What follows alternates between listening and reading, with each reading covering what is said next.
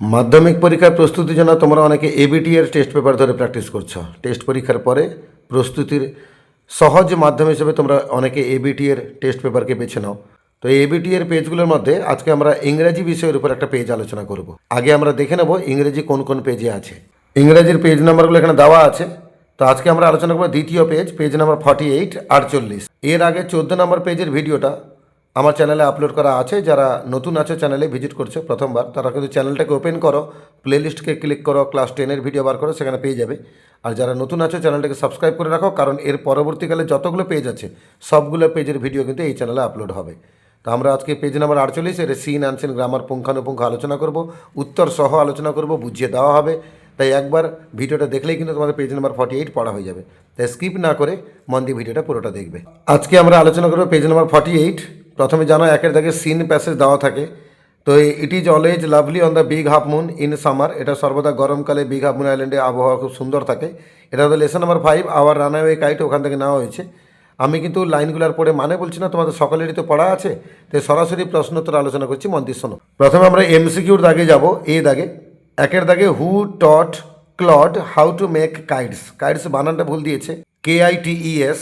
তো কে শিখিয়েছিল ক্লডকে ঘুড়ি বানাতে? উত্তর হচ্ছে মেনল্যান্ডের একটা বাচ্চা, তাই না? তো উত্তর হবে এ বয় অন দ্য মেনল্যান্ড। আমি ভুলে একটু এখানে মেরে দিয়েছিলাম এ বয় অন দ্য আইল্যান্ড, তোমরা এটা মারবে না। অপশন বা ডিতে যাবে, এ বয় অন দ্য মেনল্যান্ড। আর দুয়ে দেখে what was the kite made of originally, মানে ঘুড়িটা অ্যাকচুয়ালি কী দিয়ে তৈরি হয়েছিল? উত্তর হচ্ছে lovely red paper with gold tinsel stars.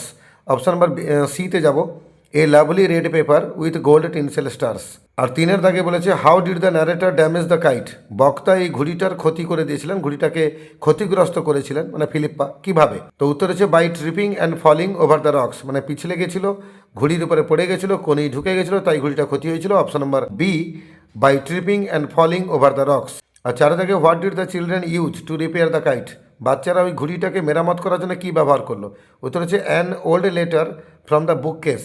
বই তাকে একটা পুরনো চিঠি পড়েছিল, সেটাকে দিয়ে এই ঘুড়িখানা রিপেয়ার করা হয়েছিল। পাঁচে থাকে what did the children right on their kite. ওই বাচ্চাগুলো ঘুড়ির উপরে কী লিখেছিল? ওটা হচ্ছে their names and the name of the light house. তারা তাদের নিজেদের নামটা লিখেছিল এবং লাইট হাউসের নামটা লিখেছিল। লাইট হাউসের নামটা কী ছিল বলতো? Big Half Moon lighthouse. তবে বি দাগে কমপ্লিট দ্য ফলোয়িং সেন্টেন্সেস। একটা দাগে হচ্ছে every summer on Big Half Moon Island the children had a hobby. প্রত্যেক গরমকালে এই বিগ হাফ মুন দ্বীপে বাচ্চাদের কাছে একটা শখ, হবি ছিল। কী ছিল? And the last summer before Dick and Mimi came they were crazy about kites. উত্তর হবে গত গরমকালে ডিক আর মিমি আসার আগে তারা পাগল হয়ে উঠেছিল কোন জিনিসকে নিয়ে? উত্তর হচ্ছে কাইটস বা ঘুড়ি, KITES। তাহলে শূন্যস্থানে খালি কাইটস লিখলেই হবে। আর দুয়ে দাগে they hurried to fix the kite. তারা কিন্তু তাড়াহুড়ো করছিল, খুব জলদিবাজি করছিল ঘুড়িটাকে সারানোর জন্য। কারণ কি না, তারা বাতাস নেমে যাওয়ার আগে ঘুড়িটাকে ওড়াতে চাইছিল। এই আন্ডারলাইন করা অংশটা লিখবে। আমি এখানে উই আছে বইতে, তোমরা উই লিখবে না, দে লিখবে। তাহলে উত্তরটা একবার বুঝে শোনো, they wanted to send it up before the wind fell. তাহলে এই আন্ডারলাইন করাটা পুরোটা তুলে দেবে, খালি উই লিখবে না, উইয়ের জায়গায় দে লিখবে। তিনের জায়গায় আছে after the kite was torn, মানে ঘুড়িখানা ছিঁড়ে যাওয়ার পর the children could not find any more red paper. বাচ্চারা আর কোনো লাল কাগজ খুঁজে পায়নি। So they searched the book case and found. তাই তারা ওই বই তাকে গিয়ে খুঁজলো এবং পেলো। কি পেলো না, সেখানে পুরনো চিঠি ওই বই তাকের উপর পড়েছিল। তাহলে শূন্যস্থানে লিখে দেবে an old letter lying on the book case in the sitting room. এবারে ট্রু ফলস আছে, TF লিখতে হবে, সঙ্গে সাপোর্টিং স্টেটমেন্ট দিতে হবে। প্রথম প্রশ্ন, Claude brought the kite with him from the mainland. Claude ওই মেনল্যান্ড থেকে ঘুড়িখানা নিয়ে এসেছিল, কথাটা ভুল। মেনল্যান্ড থেকে কিন্তু ঘুড়ি আনেনি সে। মেনল্যান্ডে একটা বাচ্চা তাকে ঘুড়ি কী করে বানাতে হয় শিখিয়ে দিয়েছিল, ঘুড়ি কিন্তু সে আনেনি। তাই সাপোর্টিংয়ে লিখবে এই যে ব্র্যাকেট দেওয়া অংশটা, a boy on the mainland showed Claude how to make them. এই অংশটা গেলে আমাদের সাপোর্টিং স্টেটমেন্ট 1। দুইয়ের দাগে the children flew the kite after repairing it with the old letter. বাচ্চারা ঘুড়িখানাকে ওড়ালো সারানোর পর, সেই পুরনো চিঠি দিয়ে সারানোর পর ঘুড়িটাকে ওড়ালো। অবশ্যই ঠিক, ট্রু, টি লিখলাম। সাপোর্টিংয়ে লাস্ট বাক্যটা দিয়ে দিবে ব্র্যাকেট দেওয়া অংশটা, we started out and up went the kite like a bird. দুইয়ের দাগে একটা পোয়েম দেওয়া আছে, পোয়েমটার পড়ে মানে বলছি না, তোমাদের সকলের পড়া আছে, সরাসরি প্রশ্ন উত্তর বলছি, মন দিয়ে শোনো। প্রথমে MCQ আছে একের দাগে what does the snail stick close to. শামুক কার সঙ্গে লেগে থাকে? উত্তর হচ্ছে grass, leaf, fruit or wall. Option number B, option number C. আর দুই থেকে what causes the snail to retreat into its shell. কোন জিনিসটা শামুককে বাধ্য করে তার খোলসের মধ্যে ঢুকে যেতে? উত্তর হচ্ছে টাচ অন ইটস হর্নস, তার শুঁড়কে যদি কেউ টাচ করে তাহলে তখন সে তাকে ঘরের মধ্যে প্রবেশ করে। 3 দাগে the snail has no fear of, শামুকের মধ্যে কিসের ভয় নেই? উত্তর হচ্ছে ফলিং, পড়ে যাওয়ার কোনো ভয় নেই। Option number D. In the above extract house refers to the, এই উদ্ধৃতাংশের মধ্যে ঘর, ঘর বলতে কি ঘর বলা হয়েছে? ওটা হচ্ছে সেল অফ এ স্নেল, একটা শামুকের যে শক্ত খোলস ওটাকে বলা হয়েছে। Option number C. বি দাগে দুখানা কোশ্চেন দেওয়া আছে। একের দাগে what does the poet suggest about the snails attachment to its home, শামুক যে তার ঘরের প্রতি আসক্ত বা সংলগ্ন, এটাকে নিয়ে কবি কি সাজেস্ট করেছেন? উত্তরে লিখবে the poet says that the snail is inseparable from his house and he lives securely there. এর মানে হচ্ছে কবি বলতে চাইছেন যে শামুকটা হচ্ছে তার ঘর থেকে অবিচ্ছেদ্য, মানে আলাদা করা যায় না, এবং সে সেখানে নিরাপদে বাস করে। 2 এর দাগে কোশ্চেন আছে explain the meaning of the line his self collecting power is such. এই যে কথাটা কবিতার লাইন, এই কথার মানেটা এক্সপ্লেন করো। যে ঘরের মধ্যে he shrinks into his house with much displeasure, সে নিজেকে গুটিয়ে নেয় সে শক্ত ঘরের মধ্যে বা খোলসের মধ্যে অত্যন্ত অসন্তোষের সাথে। তো এই লাইনটার মিনিং ব্যাখ্যা করতে বলা হচ্ছে। তো আমরা উত্তর নেব it means that the snail's self respect is very high and it does not like unnecessary interfere. একটা আনসিন দিয়েছে, পড়ছি শোনো।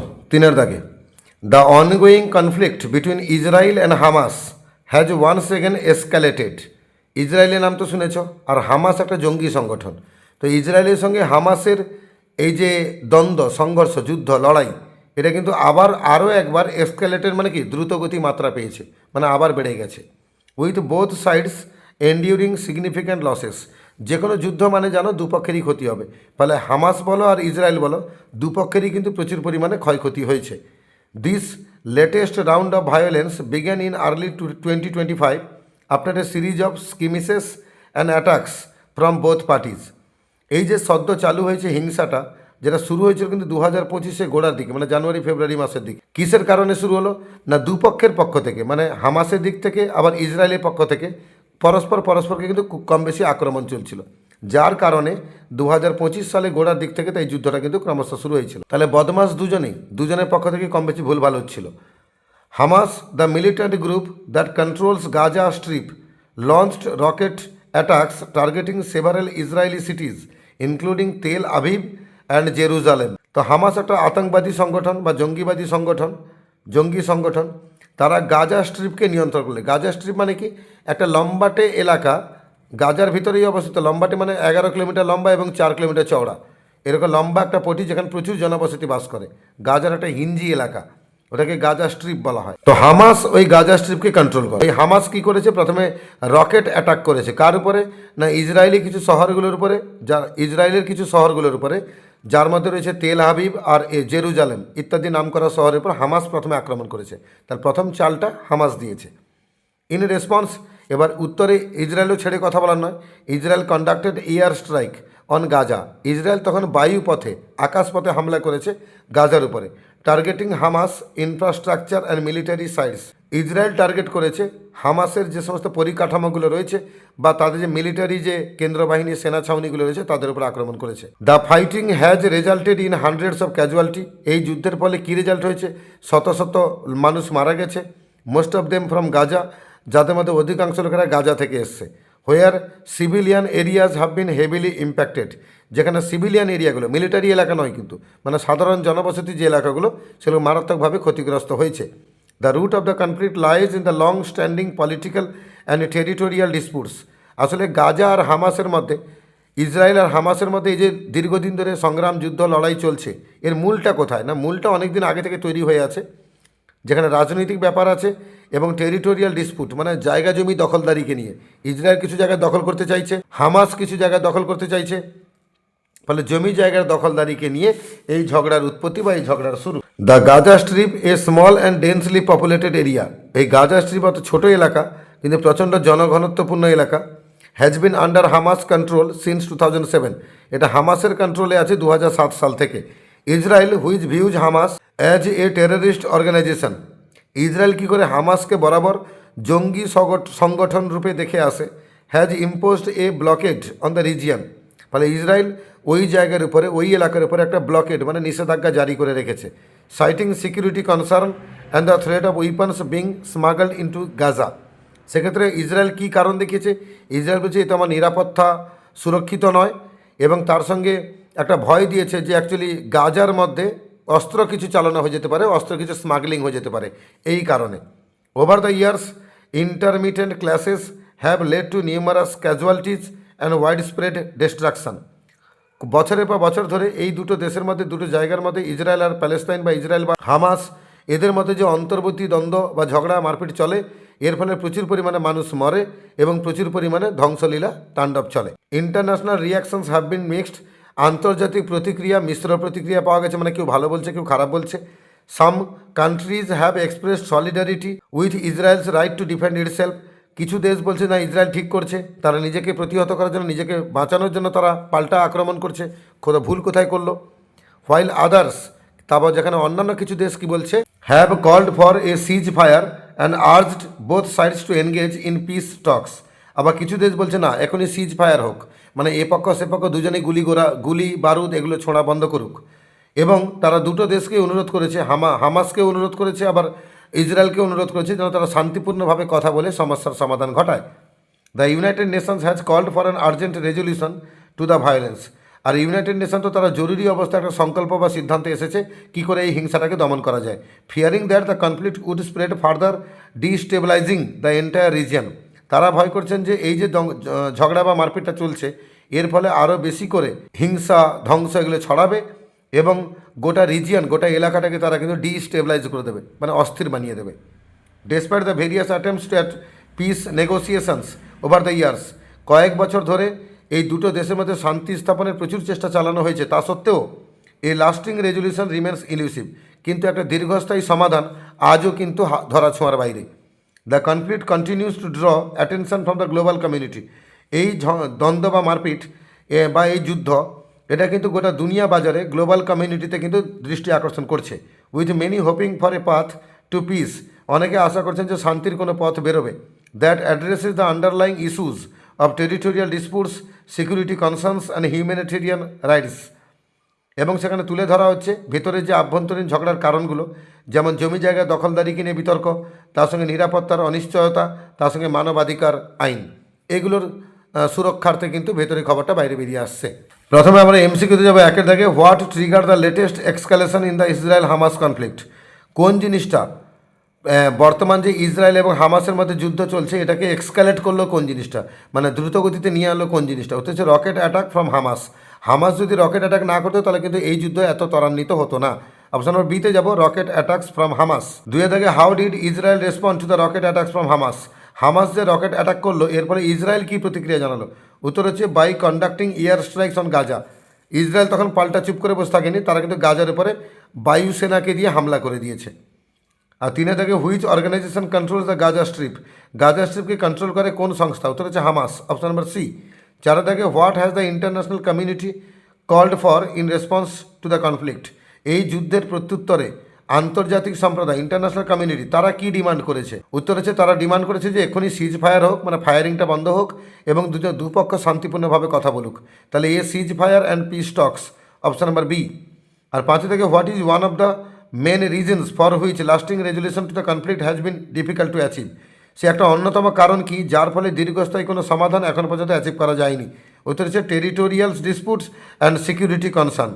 যে জমি জায়গায় দখলদারিকে নিয়ে বিতর্ক এবং নিরাপত্তার সুনিশ্চয়তার অভাব, অপশন নম্বর বি। ছয়ের দাগে, what fear does the United Nations have regarding the ongoing conflict. এই যে যুদ্ধটা চলছে একে নিয়ে ইউনাইটেড নেশন কী ভয়টা করছে? উত্তরে আমরা বলবো that it could destabilise the entire Middle East region. United Nation কী ভয় পাচ্ছে? যে সমগ্র মধ্যপ্রাচ্য এলাকাতে এটা কিন্তু অনিশ্চয়তা বা ধ্বংসলীলা ছড়াবে, তারা কিন্তু ডিস্টেবিলাইজ করে দেবে, মানে অস্থির বানিয়ে দেবে গোটা এলাকাকে, অপশন নাম্বার বি। আমরা ট্রু ফলসে যাবো, সঙ্গে সাপোর্টিং স্টেটমেন্ট দিতে বলেছে। একের দাগে, the Gaza strip has been under Hamas control since 2017। Gaza strip কিন্তু হামাসের কন্ট্রোলে আছে 2017 সাল থেকে। কথাটা ভুল, ফলস, 2007 সাল থেকে। সাপোর্টিংয়ে এই বাক্য লিখবে, বিন আন্ডার হামাস কন্ট্রোল সিন্স 2007। এই যেটুকু দাগ দেওয়া আছে এটুকু লিখে দিলেই হবে। দুইয়ের দাগ আছে, the international community is unanimously supporting Israel in the conflict. আন্তর্জাতিক সম্প্রদায় কিন্তু ইসরায়েলকে পুরোপুরি সমর্থন করছে এই যুদ্ধের জন্য। কথাটা ভুল, ফলস, কারণ কিছুজন চাইছে তারা কিন্তু সিজ ফায়ার হোক এবং শান্তিপূর্ণ কথা হোক।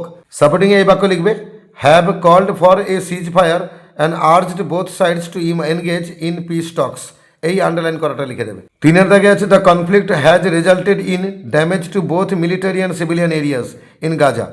এই যে কনফ্লিক্টটা হয়েছে, যুদ্ধ হয়েছে, এর ফলে কিন্তু প্রচুর পরিমাণে ক্ষয়ক্ষতি হয়েছে মিলিটারি এলাকাতে এবং সিভিলিয়ান এলাকাতে। কথাটা ভুল, শুধুমাত্র সিভিলিয়ান এলাকাতে ক্ষতি হয়েছে, তাই ফলস, এফ লিখলাম। সাপোর্টিং এই বাক্যতে দেবে civilian areas have been heavily impacted, এইটুকু দাগ দেওয়া অংশ, এটা সাপোর্টিং স্টেটমেন্ট 3। একটা প্রশ্ন আছে, why is Gaza Strip significant in the Israel Hamas conflict. Israel Hamas এই যুদ্ধের সময় গাজা স্ট্রিপটা তাৎপর্যপূর্ণ কেন? উত্তর লিখবে Gaza Strip is controlled by Hamas.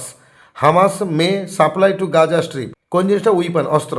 So it is significant in the conflict. 2 দেখা যাচ্ছে, what are the major humanitarian concerns arising from the ongoing conflict between Israel and Hamas. Israel আর হামাসের মধ্যে যে বর্তমান যুদ্ধটা চলছে সেখানে মানবাধিকার যে দুশ্চিন্তাটা, সেটা কি কি উঠে এসছে? দুশ্চিন্তাটা হচ্ছে অনেক মানুষ মরতে পারে, তাই না? তো লিখে দেবো, over the years intermittent clashes have led to numerous casualties and wide spread destruction. 3 দেখা যাচ্ছে, what is the main challenge in achieving the lasting peace between Israel and Hamas. Israel এবং হামাসের মধ্যে দীর্ঘস্থায়ী যে শান্তির স্থাপন, এটাতে মেন চ্যালেঞ্জটা কোথায় হচ্ছে নাটা কেন? উত্তরে এই লাস্ট কথাগুলো অবশ্যই তুলবে। দ্য কনফ্লিক্ট কন্টিনিউজ, এখান থেকে শুরু করে হিউম্যানিটেরিয়ান রাইটস, এটা পুরো তুলে দেবে। এটা 3 দাগের উত্তর। 4 দাগে আছে, in what way could the conflict between Israel and Hamas affect the broader middle East region. কিভাবে ইসরায়েল আর হামাসের মধ্যে যুদ্ধটা পুরো মধ্যপ্রাচ্য এলাকাকে মানে প্রভাবিত করতে পারে? উত্তরে এই কথা লিখবে, the conflict could spread further destabilising the entire region. Grammar প্রথমে এমসিকিউ দেওয়া আছে, মানে কারেক্ট অপশনকে বাঁচতে হবে। By the time the train arrived, we had packed our bags and been waiting at the platform. প্রথমটা arrived, 2 নম্বরে had packed, 3 নম্বরে been waiting। আর 5 থেকে article preposition, we stayed at a hotel that is just a few steps away from the museum. Do as directed, 3খানা grammar আছে। 1 থেকে they made him the captain of the team in spite of his inexperience, এটাকে voice change করতে হবে। উত্তরে লিখবে, he was made the captain of the team in spite of his inexperience by them, them. 2 থেকে the teacher said to the students, had you revised the chapter thoroughly you would not have faced any difficulty in the exam. মানে শিক্ষক মহাশয় ছাত্রদেরকে বলছেন, যদি তোমরা চ্যাপ্টারগুলোকে thoroughly revise করতে তাহলে তোমরা কোনো সমস্যায় পড়তে না পরীক্ষাতে।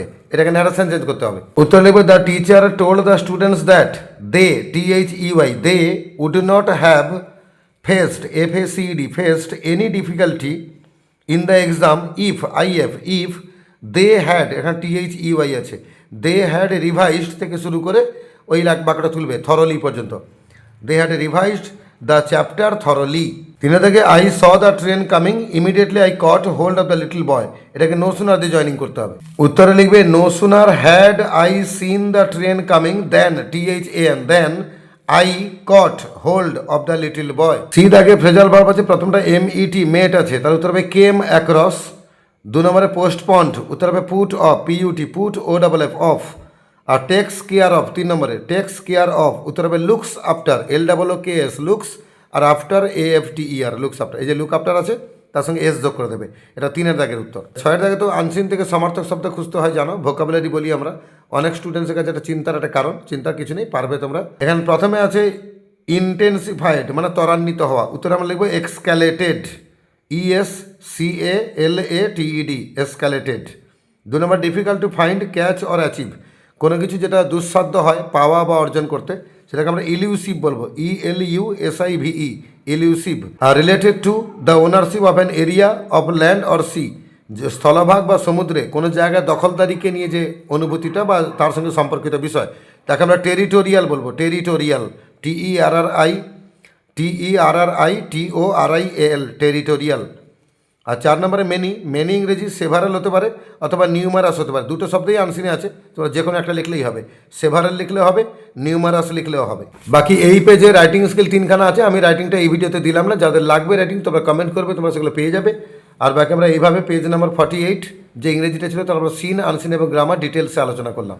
এর পরবর্তী যে পেজগুলো আছে সেগুলো রেগুলার ইন্টারভ্যালে প্রায় প্রত্যেক দিনই একটা করে মডেল পেজ আপলোড হতে থাকবে। তোমরা চ্যানেলটার সঙ্গে লেগে থাকো, চ্যানেলটাকে সাবস্ক্রাইব করে রাখো, যাতে পরবর্তী ভিডিওগুলো আপলোড হওয়ার সাথে সাথে তোমাদের কাছে নোটিফিকেশান পৌঁছাতে পারে।